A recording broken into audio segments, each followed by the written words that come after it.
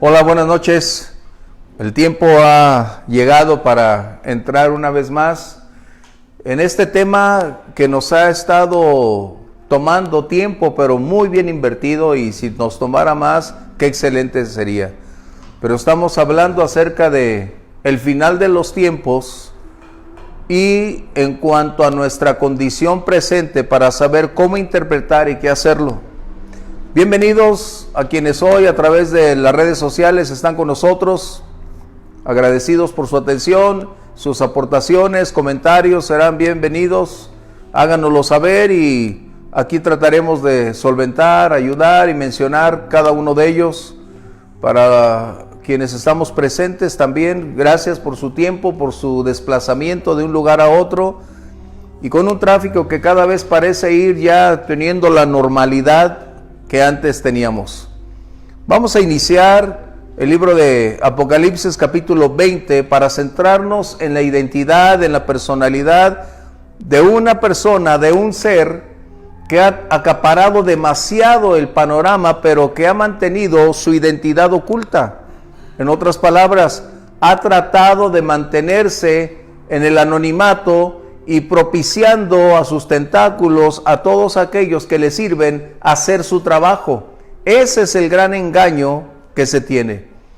Y precisamente es lo que nosotros estamos hoy contemplando ante los escenarios que se nos están presentando en la economía, en la política, en la condición de salud, en las tecnologías, en la ciencia. Tenemos una gran cantidad de personajes inmersos para tratar de hacer el trabajo sucio que el enemigo ha estado colocando como si fuera la normalidad, pero recuerden, no puede ser normal. Vamos a orar y el Señor nos dé sabiduría para atender y compartir todas estas cosas. ¿Alguno de ustedes desea elevar una oración, por favor?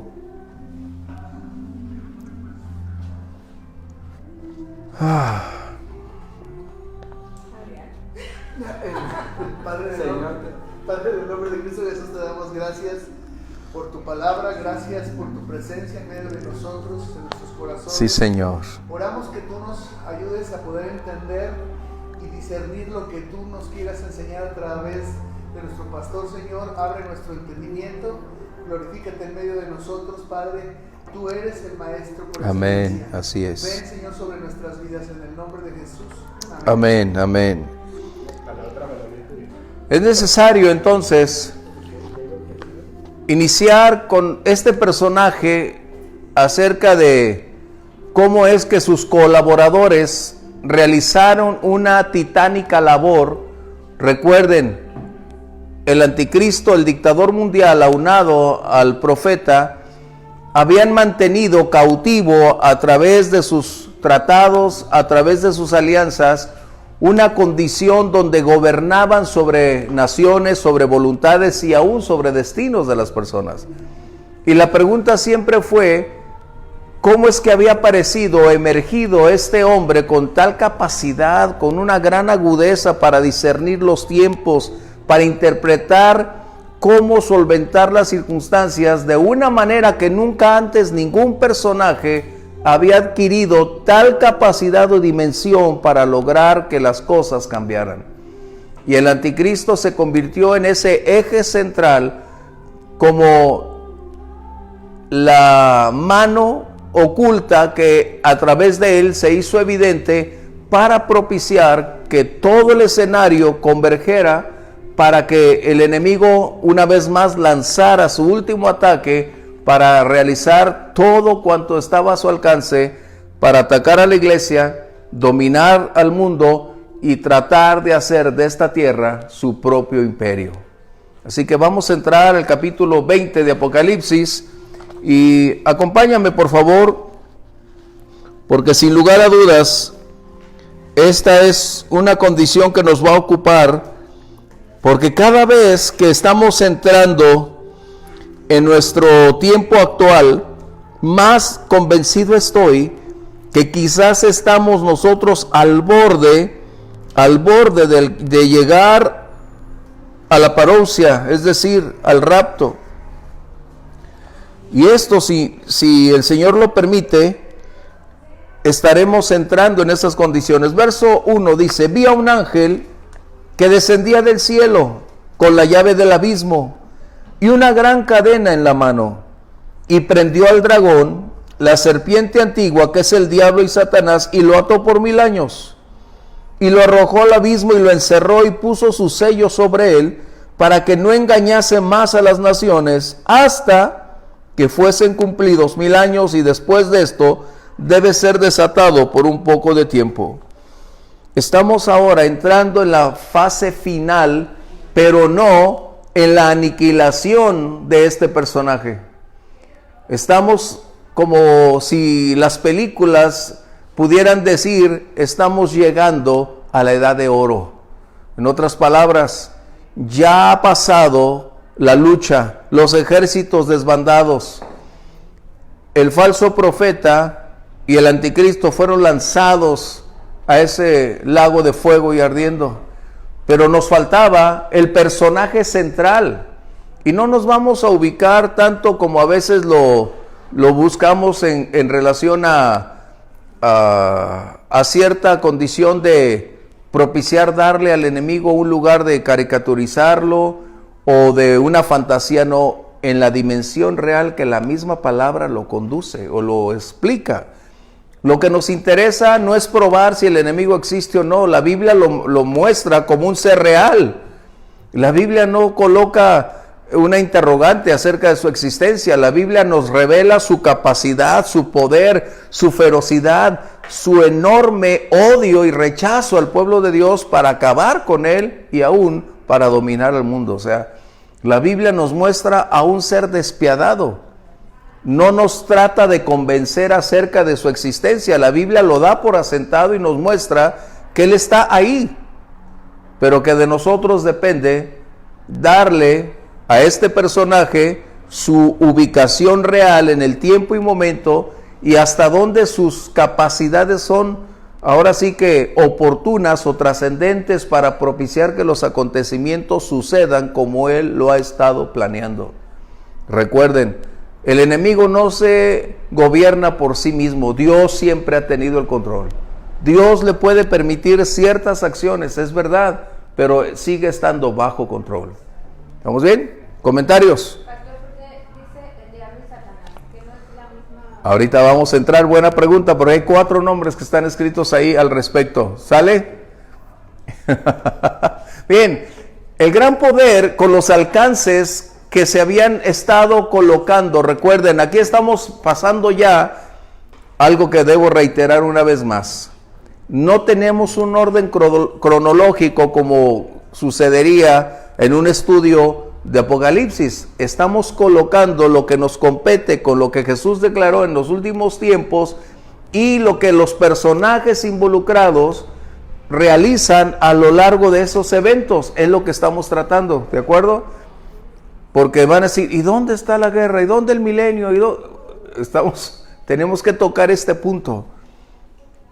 No podemos concluir sin tocar a este personaje, reitero, que es el invisible, pero es el protagonista de todas las cosas que se ven. En otras palabras, Él hace visible su maldad. Él hace de su interior una realidad que las demás personas experimentan, sufren y llevan dolor como resultado de la perversión que hay en él. El secreto del enemigo siempre ha sido el siguiente: hacerle creer al mundo que no existe, hacerle creer a la iglesia que ellos tienen la capacidad de atarlo, manatarlo, manipularlo y aún de pisarlo. Ese ha sido uno de los secretos del enemigo. Pero es necesario entonces que nosotros vayamos a darnos cuenta que el tiempo del poder mundial, de acuerdo ahora, estamos en el capítulo 20, llegó al final. Y como el Señor mantuvo bajo a estos dos en ese lanzamiento al lago de fuego, ahora llegamos a que el artífice de la maldad, el maestro del engaño, ahora se encuentra descubierto y a punto de experimentar la más terrible de sus crisis. Lo inimaginable lo alcanzó. su peor pesadilla la va a empezar a vivir. El que tenía el control ahora lo ha perdido para ser esclavo, como siempre lo fue, pero que en su rebelión trató de llevar a muchos tras de él. ¿Vamos bien? Bien. Desde la rebelión de Satanás podemos ver Isaías 14, versos 12 al 15, si alguien lo tiene. Su centro de operaciones se colocó sobre la faz de la tierra. Esto obviamente propició caos, conflicto, enfermedades, hambres, guerras, todos los males. Este ser los trajo como resultado de su rechazo, de su rebelión contra Dios. Si alguien lo tiene, Isaías 14, versos 12 al 15, por favor. Como caíste del cielo, oh lucero, hijo de la mañana, cortado fuiste por tierra, tú que debilitabas a las naciones. Tú que decías en tu corazón, subiré al cielo, en lo alto, junto a las estrellas de Dios, levantaré mi trono y en el monte del testimonio me sentaré. A los lados del norte, sobre las alturas de las nubes subiré y seré semejante al Altísimo. Este es un parámetro que la Biblia continuamente nos va a mostrar. Y sin lugar a dudas, más adelante estaremos desarrollando ese texto. Pero lo que nos interesa en este momento es cómo ha venido los antecedentes a encontrar, a mostrar la realidad de un personaje que había estado oculto. Su gran secreto es no mostrar su cara, es decir, aunque es invisible, él jamás buscará mostrarse a un mundo, porque el mundo prácticamente lo tiene en sus manos. El conflicto radica en que él va a utilizar todos los medios disponibles a su disposición, personas, intelectuales, todo cuanto está a su alcance lo va a utilizar. ¿Por qué? Porque esa es la norma de trabajo de él. Si algo tiene el enemigo es que es incansable, nunca renuncia, siempre está vigilante, siempre está dispuesto, siempre está tratando de encontrar el momento para hacer que las cosas salgan como él quiere. Hay algo que debemos tener en cuenta: el enemigo no da treguas. El enemigo no duerme, el enemigo no descansa, siempre está alrededor, siempre está buscando el momento oportuno. Y eso es lo que lo hace a él precisamente perverso, sanguinario, maloso, porque es su naturaleza. ¿Sí? ¿Comentarios? Pues es su naturaleza angelical. Exacto. La que le mueve a ser así. Que muchas personas llegan a exaltar a los ángeles más de lo que es. Los ángeles de Dios están sujetos siempre a la orden. Exacto. De Dios cuando Él no lo está, pero es su naturaleza angelical, no es un Dios malo, es un ángel. Así es. Ese es el punto real. Y por lo tanto, una gran mayoría de personas, los que creen en la perversidad, en la maldad del diablo, creen que él tiene todo el poder y la autoridad para hacer de su antojo como le plazca. En otras palabras, como si él fuera el Dios que determina el curso de las vidas, los destinos eternos y aún los acontecimientos. Pero no.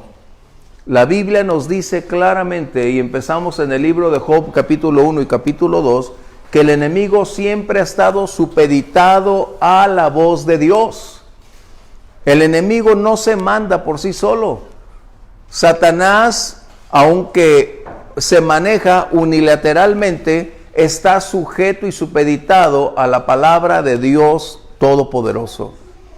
El enemigo puede infectar, puede tocar, puede luchar, puede dañar a la iglesia bajo el permiso de Dios, pero no tiene la capacidad de destruir cuando Dios no lo permite. ¿Estamos de acuerdo? Eso es algo muy importante que nosotros tenemos que tener. Y su enfoque principal es desbaratar la iglesia. Porque si la iglesia, que es la que conoce a Dios, se desvanece, tiene todo para él. No habrá oposición. En el libro de los Hechos, capítulo 5, verso 3, si alguien lo lee, vamos a darnos cuenta que el propósito primordial del enemigo es desbaratar, destrozar todo aquello que le recuerde su pasado. Es decir, lo que es divino, lo que es celestial. Y el propósito del enemigo es precisamente que la iglesia cese de adorar, cese de proclamar el evangelio, no sea digna de estar unidos, porque el enemigo es cuando tiene problemas, cuando hay una iglesia sólida, cuando hay una iglesia que vibra, que se dedica a rendirle gloria y culto a nuestro Dios. Hechos 5:3, por favor.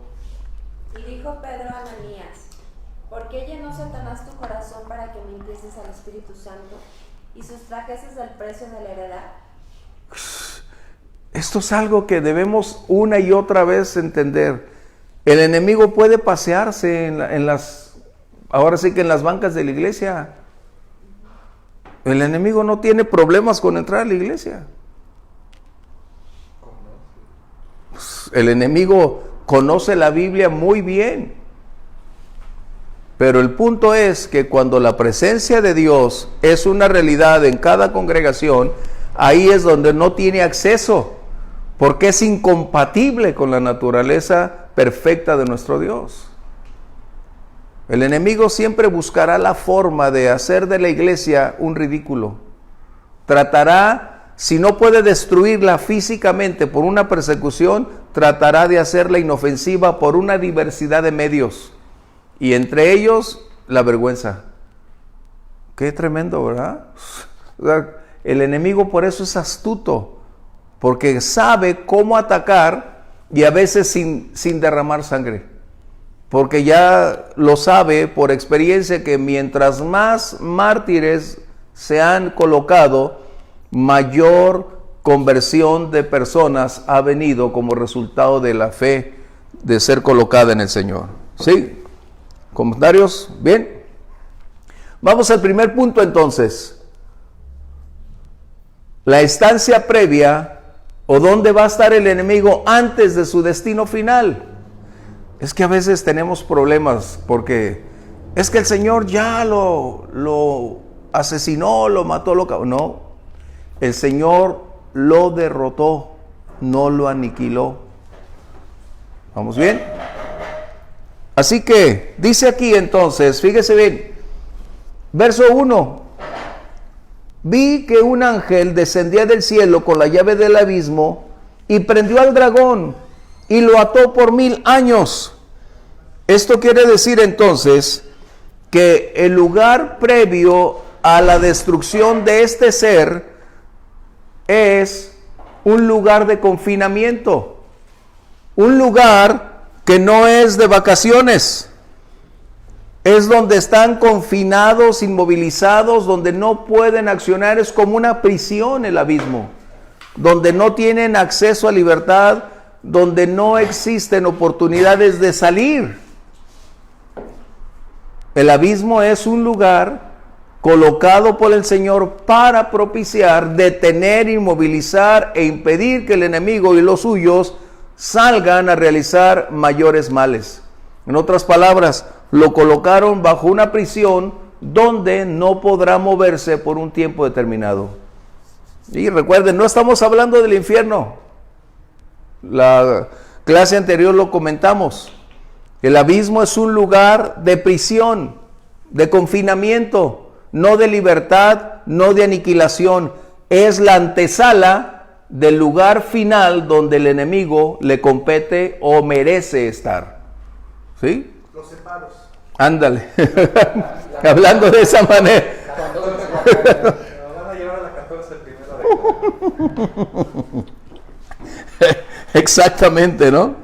Así que antes de ser trasladado al lago de fuego y azufre, será colocado por un tiempo determinado. Pero aquí la pregunta es, este personaje, ¿cómo seduce al mundo? ¿Cómo es que hace posible que su poder parezca tan natural, operando en un mundo donde hay una gran cantidad de intelectuales, donde hay una gran cantidad de tecnología, pero él sigue teniendo detrás de todas estas personalidades la capacidad de influir en ellos, de manipular sus vidas y aún de ser Él quien gobierne sus voluntades. Una de las cosas que podemos descubrir muy claramente, cada vez que el Señor Jesús se encontraba con un endemoniado, encontrábamos un hecho contundente. Había dos voluntades gobernando dentro de un mismo cuerpo. Dos voluntades en contra. Pero una de ellas era superior. Y hacía que la otra voluntad se sometiera y fuera gobernada aun cuando no quería hacerlo. Qué tremendo, a mí me impacta. Porque estos seres tienen esa capacidad perversa de gobernar. Por eso podemos decir que el enemigo tiene esa capacidad. Dios aconseja, Dios inclina el corazón, pero nunca manipula una voluntad. El enemigo eso sí tiene, manipula a las personas. ¿Comentarios? ¿Estamos bien? Pues aprovecha la naturaleza caída del hombre, ¿no? Exacto. O sea, es Pablo diciendo, lo que no quiero hacer, eso hago. Ajá. Y dice, ¿quién me va a librar de este cuerpo de muerte? Ajá. Y el enemigo aprovecha eso y seduce esa voluntad. Eso es. Seduce al alma, al espíritu del hombre y lo hace verse, la palabra que menciona es ridículo. Sí. Eso es lo que quiere hacer, ridiculizar, mostrar lo que no es. Así es, y deformar la imagen a la cual fuimos llamados, ¿no? Esos son los propósitos del enemigo. Bien, recordemos, él fue lanzado previamente de un lugar que nunca un ser humano había estado, es decir, él ha estado tanto arriba como abajo. Él ha ocupado el lugar porque él pertenecía a la orden celestial. Él estaba en el cielo. Fue lanzado ¿a dónde? Al lugar donde tú y yo hoy nos movemos.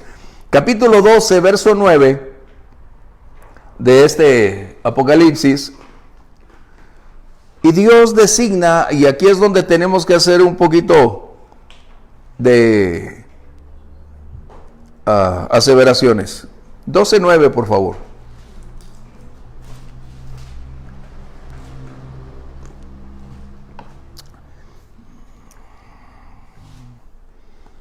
Y es donde vamos a empezar a entrar en la dinámica de las condiciones actuales que cada vez parecen ser más abiertas. 12:9, si alguien lo tiene, por favor. Así fue expulsado el gran dragón, aquella serpiente antigua que se llamaba Diablo y Satanás, y que engaña al mundo entero, junto con sus ángeles, fue arrojado a la tierra. ¿Su propósito cuál es? El engaño, la mentira. Eso es lo que ha venido suscitándose actualmente. Tenemos una gran cantidad de personajes hoy mundialmente en los escenarios, con una diversidad de posturas, con una acción muy definida, y nos damos cuenta que hay un grupo con un alto grado de efectividad en su propósito de propiciar que la humanidad se convierta en esclava, esté supeditada por diversos medios al propósito que ellos están buscando establecer. Llámese el orden mundial, la Calab, ¿cómo se llama? Ahorita me acuerdo de ese otro nombre que hoy pues están saliendo ahí nuevos nombres que aparecen en el escenario, pero estos grupos tienen como propósito final gobernar, querer mantener la hegemonía mundial, aún la economía, la política, en cualquier ámbito. ¿Esto qué significa?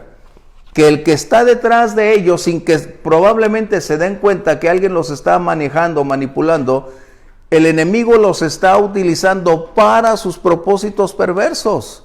Ellos son los títeres, ahora sí que quien mueve las cuerdas del mundo no son los ricos, ellos son los medios que el enemigo está usando para traer Bill Gates, bueno, como decíamos, Hell Gates, ¿no? Soros, los Rothschild, Rockefeller, todos ellos están ahora convertidos en las marionetas de aquel que sí tiene sobre ellos el control y la autoridad total. ¡Qué terrible!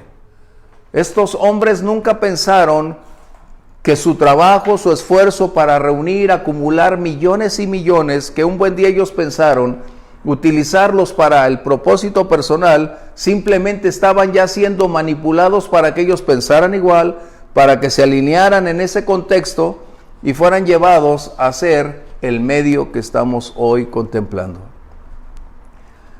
Bill Gates ahora tiene en mente ya no solo la vacuna. Ahora ha estado hablando de soltar una gran cantidad de millones de mosquitos en los cayos de Florida, infectados para transmitir, ahora sí que enfermedades. Fíjense qué mentes perversas. ¿Quién podrá pensar así? Es que nosotros debemos identificar. El Señor Jesús dijo, por sus frutos se conocerán. Pero a veces los cristianos dicen, no, es que el Señor dijo que no podemos juzgar, no podemos hablar. Claro que sí. Lo que no podemos hacer es de hacer una declaración judicial de condenar a alguien, porque no somos llamados a condenar a nadie, pero sí a un análisis, a una observación y a una conclusión de que la vida de una persona, por sus acciones, palabras, su conducta, define lo que es. ¿Estamos de acuerdo? Eso es importante. Así que lo que estamos considerando ahora es que estos grupos solo se están convirtiendo en la mano visible o en la cara visible de lo que el enemigo ha estado buscando establecer y lo que le falta por lograr. Así que nosotros hoy nos estamos asomando quizás a un futuro que cada vez se ve más cercano. Hoy tenemos un enorme conflicto entre los patriotas, como podemos decir Trump, Bolsonaro, pudiéramos decir de Putin, Rusia. O sea, podemos decir que ellos están manteniendo una hegemonía y luchando contra toda esta avalancha de adversarios, porque están ellos buscando dominar sobre la humanidad. Y como las fronteras ya no quieren que exista, uno de sus propósitos es eliminar el efectivo para que ya no exista la capacidad financiera de traer los bolsillos, y ahora toda transacción sería a través de la tecnología. Esto entonces gobernaría a las personas y les haría ser o estar supeditados a quien tiene en sus manos el control total. ¿Estamos bien? Eso es lo que estamos hablando, eso es lo que nos compete.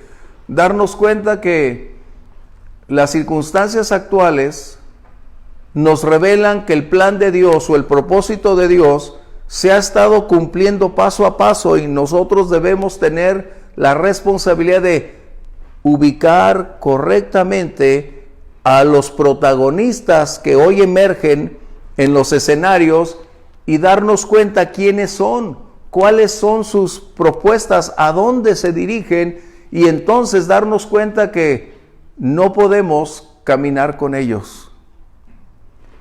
Esta epidemia, sin lugar a dudas, tuvo una directa relación porque es un virus manipulado. Ya hoy se dice clara y perfecta y científicamente que no fue un virus natural, porque los naturales tienen ciertas deficiencias, ciertas características en frío o en calor, o ciertas áreas donde son inoperantes. Pero tal parece que esta manipulación fue precisamente para promover una condición de caos de estilo o al estilo mundial, como un experimento de lo que viene el día de mañana. Este confinamiento no es ahora sí que circunstancial. Esto es algo premeditado, algo que está propiciando que la gran mayoría de habitantes sobre la faz de la tierra tengan algo en común: el pavor, el temor. Y el temor paraliza, limita, impide el pensar correcta y apropiadamente. ¿Vamos bien? Es lo que nos interesa. Lo que sigue. Bien, vamos a entrar en un punto teológico. Dice aquí: prendió al dragón con una gran cadena en la mano. Y aquí la pregunta es, ¿realmente sería una cadena? Aquí debemos entender que un ser espiritual no puede ser limitado por una condición física. Esto es de un lenguaje figurativo para que nosotros pudiéramos entender en nuestra condición que un ser espiritual solo tiene una condicionante para ser limitado en sus actividades, y eso es con la voz, la autoridad del Señor. ¿Sí? Porque, pues yo creo que el Señor hubiera dicho, a ver, apóstol Maldonado, ata al diablo, ¿no? Yo te ato, Satanás. No, nunca el enemigo puede ser atado hasta ese momento. La Biblia no registra ninguna condicionante de ataduras, excepto cuando el Señor mencionó que si el hombre fuerte no es atado, pero no está hablando de esta condición, es otro contexto muy distinto en los inicios del ministerio del Señor Jesús. ¿Vamos bien? Comentarios, por eso mencioné que esto es importante. No es una cadena literal. De hecho, la palabra cadena, aquí la coloqué, es halusis, que en griego significa un sujetador o un grillo, algo que limita e inhibe la libertad. En otras palabras, que es para mantener a una persona bajo una condición limitada. Es lo que está diciendo esto. ¿Comentarios? Porque me van a decir, ¿y de qué era la cadena? ¿De plata, de oro? Pero sí, es importante que lo toquemos, porque en ocasiones nuestra mente, quizás al no ubicar el contexto, tiende a creer que si un ángel lo ató con una cadena, pues nosotros podemos hacer una gran cantidad de condiciones. No. El medio que Dios utilizó fue a un ser angelical con la autoridad y el respaldo del Señor para aquel que también se somete a la voz de Dios estuviera en esa condicionante. ¿Sí? ¿Comentarios? Pues eso es lo importante, ¿no? La voz de Dios. O sea, así es. El mandato de Dios es lo que encadena, el mandato de Dios es lo que libera, el mandato de Dios es lo que genera, el mandato de Dios es lo que crea. No es algo físico, no es algo incluso espiritualoide. Así es. Es la voz de Dios, el mandato. Así es. Apocalipsis 9:14, vamos a verlo. Y hay dos textos, si alguien puede tener, Lucas 10:18 y otro Juan 12:31. Recuerden, un elemento físico natural no tiene la capacidad, la habilidad de sujetar a un ser espiritual. O sea, es inadmisible, sería contradictorio. Lo que está mencionando es que nuestra capacidad de percibir todo ese lenguaje y esa realidad espiritual, no tendríamos la habilidad total de poderlo percibir para entender cómo es que esas cosas están ahí. Pero eso no significa que el enemigo no entre a ese lugar y esté sujeto a ese lugar. Recuerden, el Señor Jesús derrotó a Satanás. Lo derrotó en la cruz, como dice el libro de Colosenses, pero no lo aniquiló.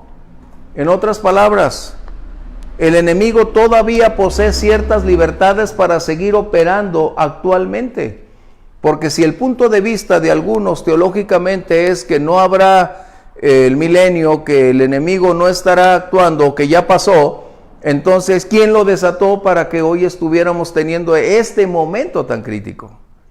Recuerden, nuestra postura es respetar a cada una de esas posiciones. Pero en el contexto, si nosotros dijéramos, ok, fue atado desde el momento en que el Señor Jesús mencionó eso en el libro de Mateo, de Lucas, ¿quién lo liberó?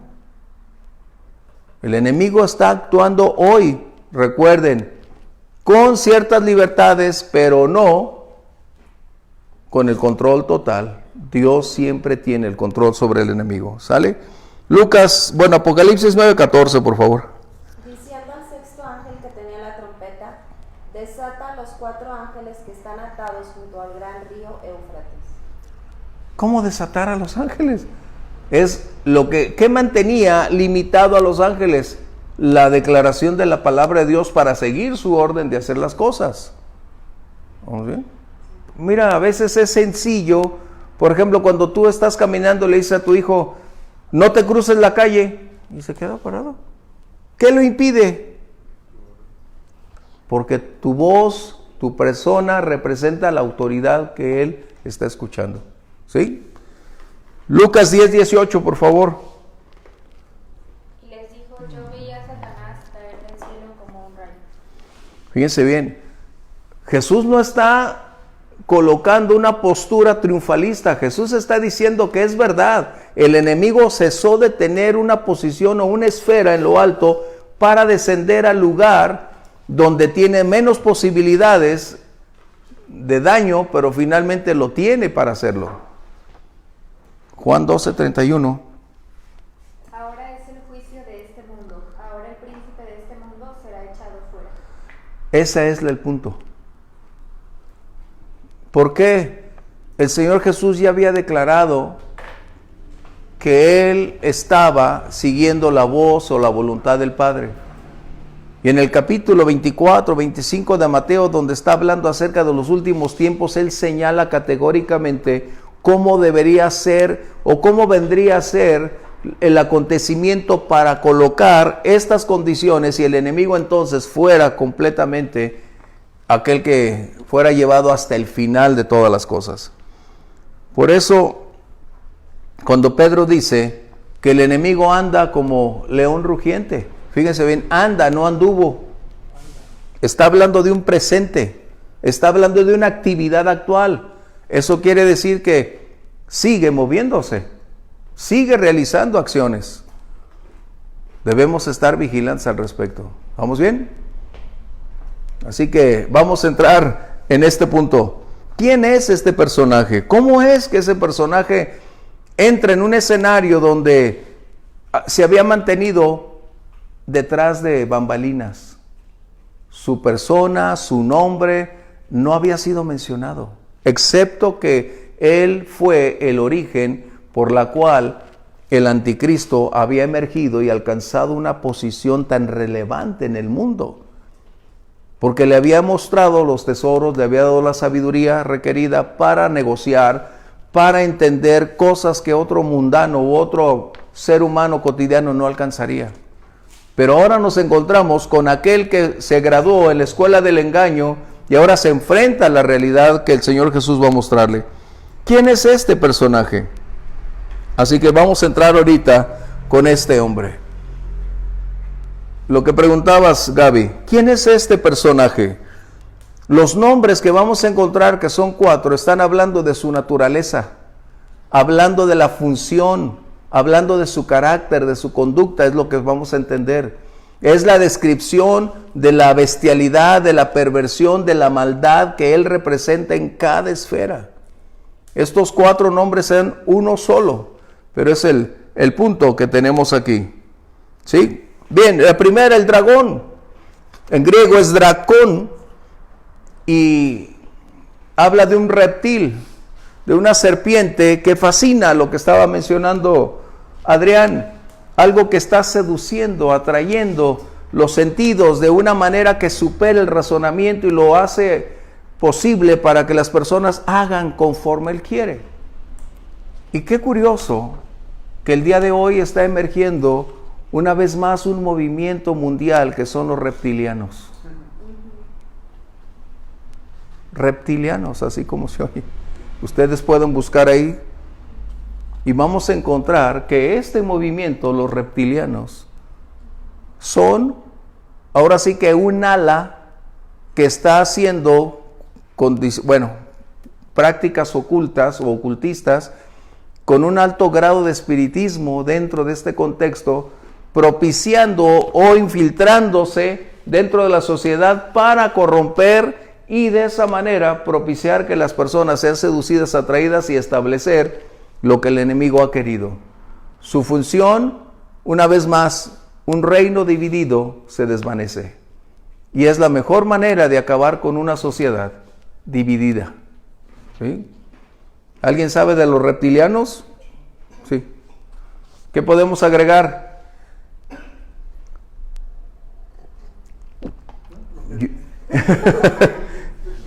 O sea. No, pues es que al final de cuentas son grupos, ahora sí vamos a decir sectas, Ajá. dentro de la misma secta, ¿no? De Sí. la secta, ¿no? Entonces, y que al final de cuentas satisfacen el morbo, la necesidad, la carnalidad de cierto grupo de personas, porque al final de cuentas todos podemos ser carnales, pero de una manera distinta, de acuerdo a nuestra cultura o a la cultura, al trasfondo, al medio ambiente, etcétera, ¿no? Entonces, Satanás lo que quiere tener es buffet, tiene que tener variedad. Así es. Para poder atraer al que se deje, pues. Bueno, no sé si hay comentarios en la... Bien. Así que los reptilianos hoy se están caracterizando por ser cada vez más abiertos. Ya no es una secta oculta, hoy prácticamente es el pan de cada día en un universo sin limitaciones. Tal parece que cada quien proclama su verdad y es aceptada. Lo que no entiende la gente es que estas prácticas precisamente van a inundar su entorno y van a generar un alto grado de dolor, de confusión y de conflicto. Esa es la parte que los reptilianos van a hacer como una extensión de la mano del enemigo. Así que cuando busquen algo de los reptilianos, tengan cuidado con eso. Bien, el otro nombre que tenemos aquí, la serpiente, es obvio. Esta palabra en griego es ophis, pero no de oficina, ¿eh? No de oficina. Ay, yo voy a la office, ¿no? O voy a estar en la office. Tengan cuidado. En griego es ophis, hablando de serpiente, está hablando de esa agudeza, de esa capacidad de hacer el mal en un instante. Es decir, de aprovechar el momento oportuno para generar el estrago, el daño, el plasmar su maldad perversa en ese instante. Es lo que está diciendo y nos recuerda Génesis 3, que es cuando encuentra un momento vulnerable a la mujer y tristemente esto acontece. ¿Ok? Yo creo que si le haya tocado al hombre también le ha dado lo mismo. Yo creo que es... ¿Ok? Estamos hablando al respecto. Bien. El siguiente nombre es el diablo y en griego es diabolos. ¿Qué significa? Es un calumniador, un falso acusador. La Biblia nos dice que una de las funciones más continuas de este enemigo es acusar a los creyentes delante de Dios. Por eso mencioné, Gaby, que es prácticamente por su naturaleza, su actividad, su carácter. Y eso es lo que está mostrando aquí. Cada una de esas tiene una directriz muy específica. Así que él será un falso acusador. Y el capítulo 2, verso 10, si alguien lo tiene para no irnos tan tarde, lo podemos encontrar. Puse otros textos ahí. 2:10.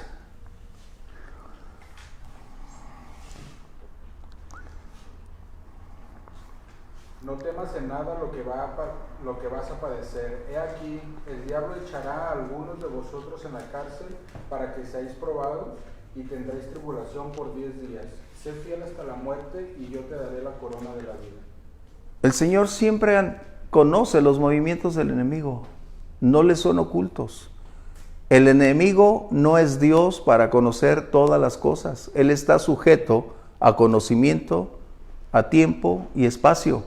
Dios es omnisciente, omnipresente. Él sí conoce todas las cosas. Él sí puede estar en todo lugar. Lo que tiene el enemigo es un ejército innumerable que le sirven a aquellos ángeles que están alrededor de él, que pueden estar en todo lugar y haciendo sonar sus alarmas para estas cosas. ¿Estamos bien? Porque un problema que tenemos a veces en la iglesia es conferirle al enemigo una omnisciencia, una omnipresencia. Y por ejemplo, a veces dice, tú escuchas a alguien, no, esto me pasó porque el enemigo ya sabía que Dios me iba a dar. El enemigo no sabe esas cosas. No conoce nuestros pensamientos. El enemigo no tiene acceso ni al futuro. Conoce la Biblia, pero no tiene acceso al mañana. El enemigo no tiene la habilidad, la capacidad de entender nuestros pensamientos. Está limitado.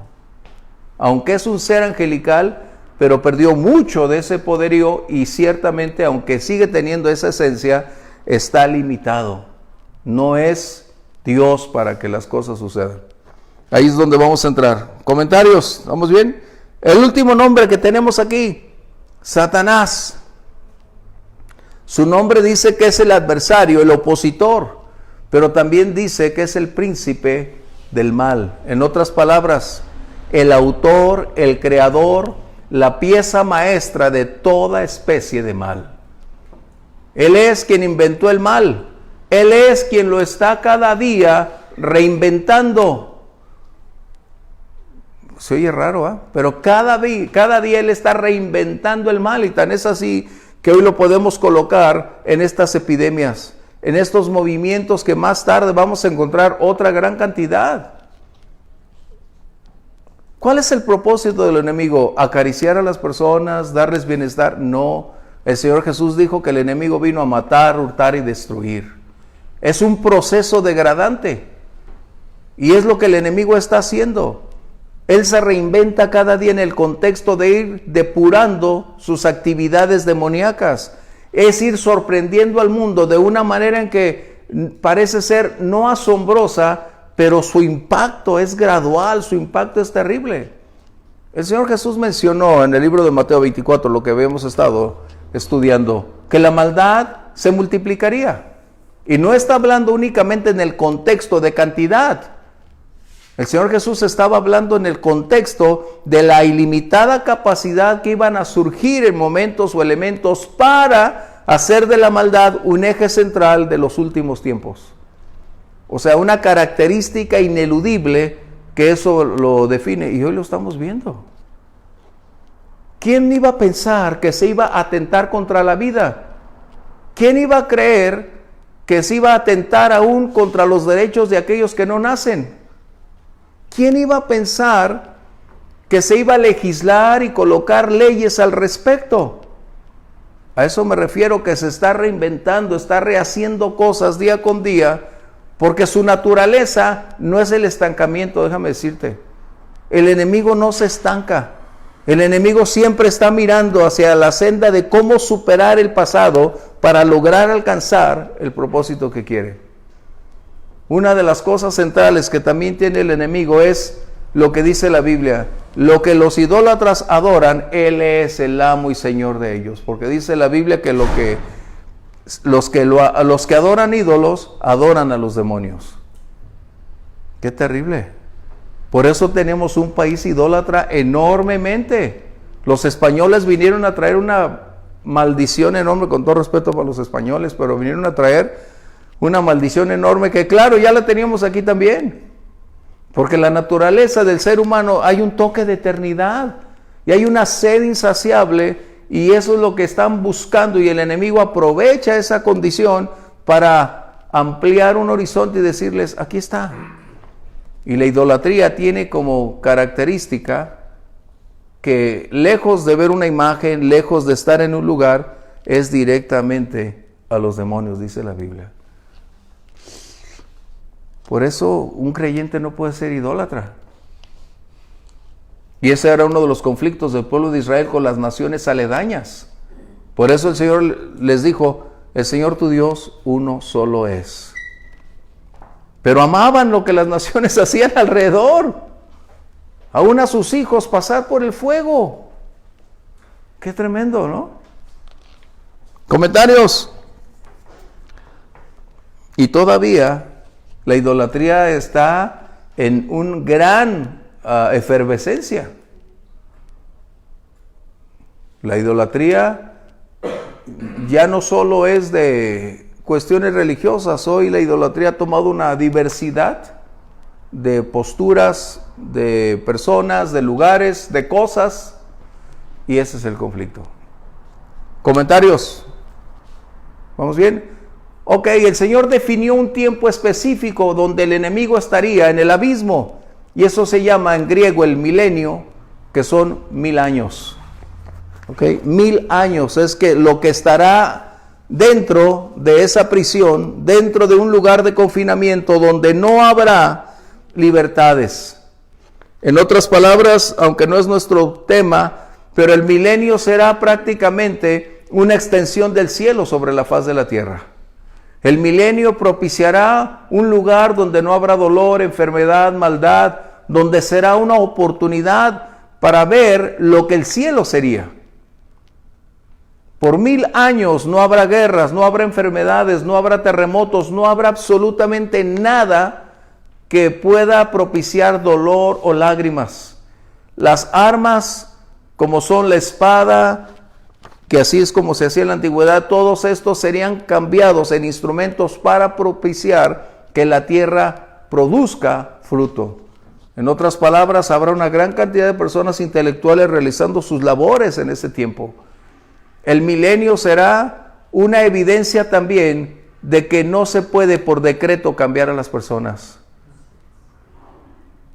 No se puede cambiar, porque el milenio cuando concluya, unos se van a salvar, otros se van a perder. Qué terrible. Porque aún teniendo la extensión del cielo sobre la faz de la tierra, lo van a negar y no van a creer. La historia del pueblo de Israel es una muestra continua. El Señor les proveía, el Señor les daba y tenían todo, y después pasaba el tiempo y olvidaban a Dios. Así que no es el tema el milenio, pero es lo que está pasando. Estamos bien, nomás para que tengas un contexto. El milenio será la oportunidad o será como una ventana para asomarse a la realidad eterna. Porque el Señor Jesús gobernará en el milenio. ¿Recuerdan lo que enseñó en el capítulo 6 de Mateo, cuando la oración que muchos llaman la oración del Padre Nuestro? Realmente Jesús no estaba haciendo el Padre Nuestro, Jesús estaba enseñando a orar. Y una de las últimas frases dice, venga tu reino. A eso es donde se aplica esa frase, el milenio. Por eso los judíos, ellos van a ser los protagonistas en el milenio. Ellos van a haber cumplido el reino mesiánico ahí. La iglesia tiene un problema cuando nosotros queremos meternos en el reino mesiánico, cuando nosotros somos los que vivimos por gracia. A ti y a mí nos alcanzó la gracia y está hablando de un periodo y de una bendición más grande. Por eso dice la palabra que para nosotros fueron dadas promesas sobre un nuevo pacto, más grandes y mejores promesas. El milenio será el cumplimiento de las promesas del Antiguo Testamento, de las promesas al pueblo judío y de lo que Jesús mismo enseñó hasta el capítulo, creo que el capítulo 6 o 10 de Mateo. Hasta ahí enseñó acerca del reino. Por eso era el evangelio del reino. Nosotros necesitamos predicar el evangelio del amor y de la gracia de Jesucristo. ¿Vamos bien? ¿Comentarios? ¿Sí? Así que entonces, ¿cómo es que nos encierra este personaje? La palabra que tenemos aquí, engaño, que era el propósito del enemigo, es seducir. La palabra seducción tiene una connotación con hechicería. Eso es lo que sucede. La seducción es atraer de una manera legítima o ilegítima para hacer lo que la persona que seduce quiere que se haga. Fíjate. Esto es lo que está sucediendo. Por eso estamos hablando de la naturaleza, de las actividades del enemigo. Y su propósito era extraviar del conocimiento a Dios por las naciones a un rechazo, a una negación, a una negligencia, a un desvío de la verdad. Ese es el propósito del enemigo. ¿Por qué? Porque todo le recuerda lo que un día a él le fue tan común, donde él un día pertenecía, donde en un inicio él era un participante directo en la adoración y la celebración en los cielos, pero un buen día determinó que eso iba a cambiar, y finalmente eso sucedió. Así que, ¿dónde estamos realmente el día de hoy? La confusión es parte de su sistema. La economía está girando de una manera difícil el día de hoy.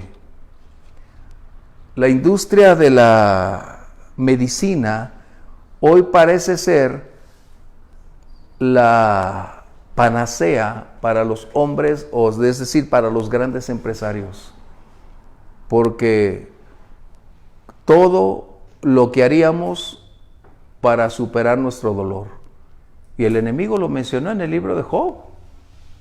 Él dijo, ¿qué no daría el hombre por su salud? Comentarios. Hasta hay un dicho que se dice, ¿no? Un perdido va a todas. Pues eso de la salud es tremendo. Bueno, tú estás metido en ese ámbito. Sí, pero el asunto, por ejemplo, cuando el mundo giró la cabeza para ver al oriente, y se trajo todas las medicinas orientales, y se trajo todo este espectro buscando la salud. Ajá. O sea, invadió incluso a la iglesia y a quien se ha dejado. Así es. ¿no? Y no nos damos cuenta que detrás de todas las medicinas hay filosofía, hechicería, y hay hechicería, y hay creencias. Así es. Y hay cosas que contradicen y van contrario al cristianismo, a la Biblia, sí, así es, a la palabra de Dios. Y por otro lado, ahorita que leíamos la palabra seducción al final, Proverbios es el libro de sabiduría por excelencia. Ajá. Y cuántas veces no nos advierte de no ser seducidos. Uh-huh. O sea, una y otra. Los sentidos son muy atractivos. O sea, y otra vez, no se ha seducido pues, Uh-huh. por esto, por lo otro. Desde que comienza, ¿no? Mira, él aligeró sus palabras, bla, bla, bla, ¿no? Entonces es algo que es contundente, pues no hay vuelta de hoja. Voy a mencionar algo en relación a lo que está mencionando Adrián, y es cierto. En los 70s un poquito surgió el movimiento de la nueva era y trajo como resultado una mezcla de todas estas prácticas, en otras palabras, como que si fuera una bomba, un despertar en todos lados se hizo factible, y ahora todo giraba en relación con estos productos, con prácticas, y uno de los fenómenos que más impactó fue una condición de tatuarse. Y déjame decirte algo. Hay pros, contras para muchos, pero voy a decirte algo que es muy importante. Escuchando a una mujer que ella era practicante de hechicería,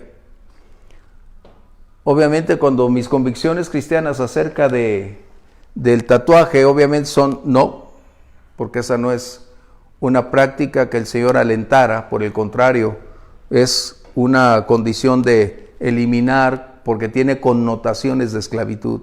A quien tú le rindes tu cuerpo, te conviertes en esclavo y eres siervo de quien está ahí. O sea, debemos tener cuidado con eso. Una cosa es que ya llegaste tatuado al Señor y te cambiaste excelente, y otra cosa es que pastores el día de hoy enseñan todos sus tatuajes para que sus miembros de la iglesia lo sigan. Eso es un problema serio. ¿Qué estaba sucediendo? Bien, esta mujer, que era practicante a una alta esfera de esta área, se convierte. El Señor la toca y hay un giro de 180 grados. Y estábamos en una conferencia y la pregunta fue, oye, ¿y qué opinas tú de los tatuajes? ¿O qué era lo que ustedes en el pasado, antes de convertirte, sucedía con los tatuajes? Y ella empieza a mencionar lo siguiente. Lo que tú y yo sabemos, lo que dice el libro de la ley, ¿no? Pero agrega unas cosas que son muy impactantes, por lo que también trajo atrás Adrián. La gente empezó a tener una moda de colocarse X cosas. Pero el punto es el siguiente. Lo que las personas se colocaban era el principio de un pacto, de un sinfinal de condiciones. Por ejemplo, la Biblia enseña que el derramamiento de sangre es un pacto. Cuando alguien está tatuándose hay derramamiento de sangre. El problema es que tú no sabes quién te está tatuando. Tú no sabes a quién dedica sus tatuajes. Tú no sabes qué está haciendo mientras te está colocando. ¿A quién te estará dedicando? Eso es algo que a veces no percibimos, pero es esta condición que Adrián sacó ahorita. Por eso debemos tener mucho cuidado con esta situación. Por ejemplo, los tatuajes van generando una adicción. Y no es como las drogas, es por el resultado espiritual que está dentro de ellos generando esta condición.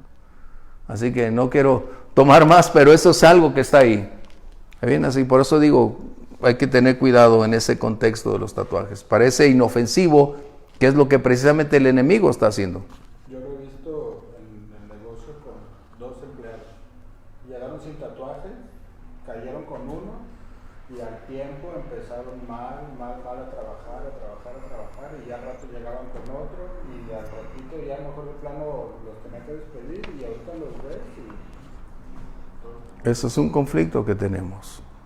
¿Por qué? Porque esto es parte del momento. ¿Sale? ¿Tenemos todavía unos minutos? Sí, no sé por qué. Sí. ¿Qué horas son? Yo no sé. Ok, 10 minutos para irnos rápido. ¿Quién es este enemigo invisible? ¿Qué es donde el que nos lleva? Isaías ya lo leímos, 14, verso 12 al 15. La Biblia no nos da las referencias directas de cómo fue el génesis o el inicio del enemigo. Plasma condiciones que nosotros necesitamos ir colocando a lo largo de la Escritura, porque el tema central no es el enemigo, el tema central es el Señor, la obra de Dios. Pero sí nos da ciertos elementos para que nosotros podamos estar enterados, no ignorantes. Por eso el apóstol Pablo escribe y dice, para que no ignoren las maquinaciones de Satanás. Necesitamos darnos cuenta que la Biblia nos revela actitudes, comportamiento, carácter, conducta del enemigo y también cuál es su propósito. Y empieza a mostrarnos que el enemigo es un ser real, no imaginario, donde se le ha ridiculizado o caricaturizado con un color rojo, con cuernos, con cola, siempre oliendo a azufre. No. La Biblia no lo muestra así. La Biblia dice que tiene un alto rango dentro de un contexto espiritual, es el jefe, la cabeza de un ejército real, con un alto grado de capacidad, de agudeza, de sabiduría, para poder realizar actividades en un instante con una gran facilidad, puesto que él tiene muchos medios a su disposición. El enemigo es alguien que tiene un origen, como nos dice Ezequiel o Isaías, precisamente, que él fue un ángel de un alto rango. Fue creado precisamente para servir, adorar y magnificar al Señor Todopoderoso. Él estaba cerca del Señor. Recuerden, Dios no creó al diablo, es algo que tenemos que enfatizar. El Señor creó un ángel, lucero de la mañana. ¿Sí? Porque luego vienen, ¿y por qué Dios creó al diablo? Porque permite que Aún el diablo, voy a hacer un poquito de paréntesis, aún el Lucifer, o que significa lucero de la mañana, o el lucero, o la luz, el resplandor, hizo uso de su capacidad de decisión. Para quienes niegan que las personas tienen capacidad de decisión, ¿cómo es que Satanás y sus ángeles determinaron cambiar su condición, alterar su destino y establecer un presente como resultado de haber utilizado mal su capacidad de decisión? ¿Sí? La Biblia nos menciona entonces cuáles han sido las crisis donde la historia del ser humano se ha visto enrarecido por las actividades del enemigo.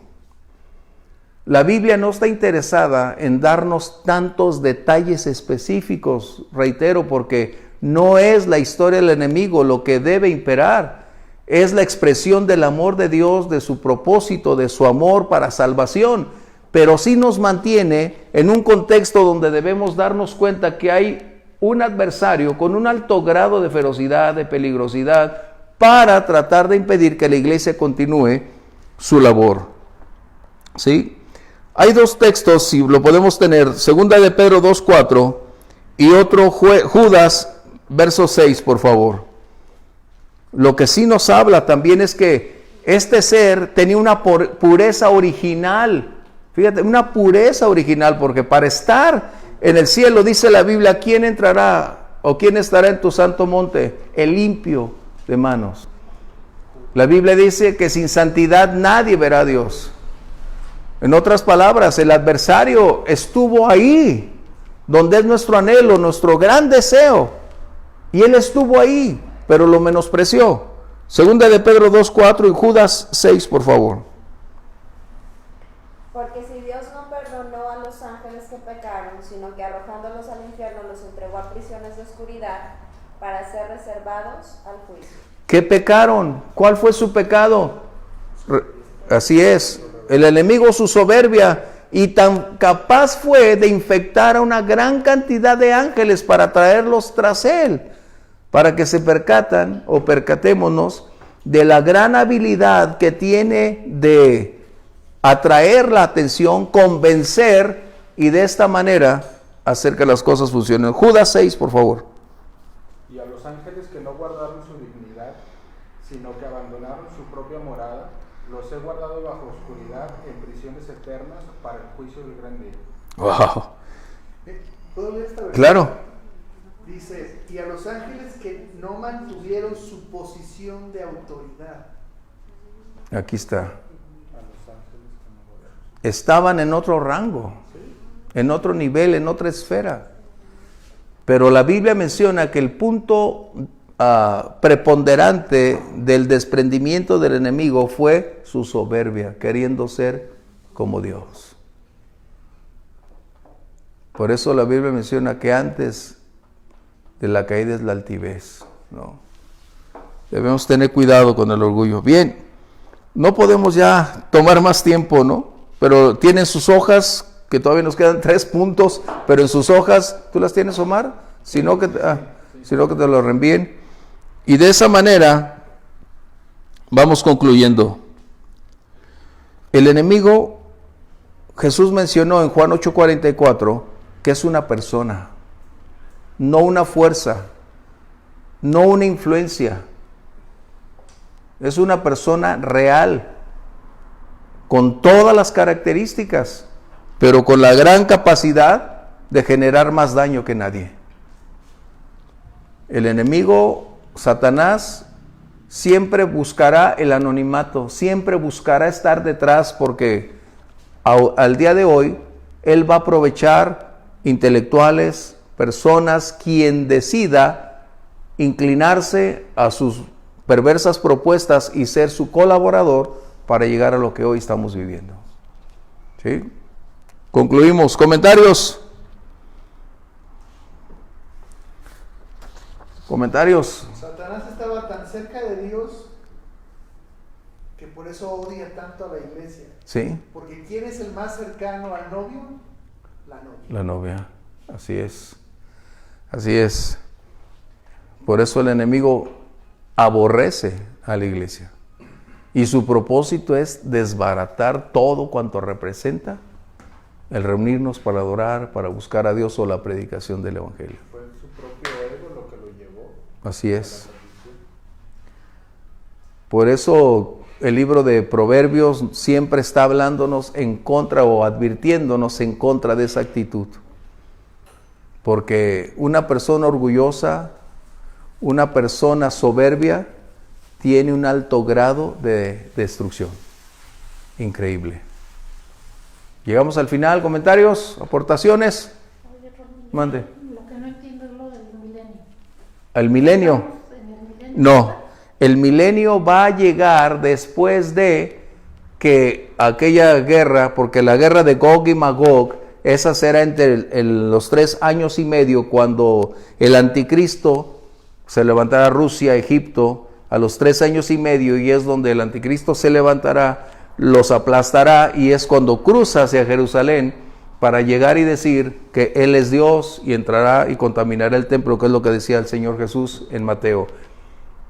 Cuando vean la abominación desoladora, el que esté en el templo, corra, ¿no? El milenio será cuando suceda la batalla de Armagedón, cuando concluya esa guerra que el Señor matará a todos con el poder de su boca, y es justo ahí donde empieza esto.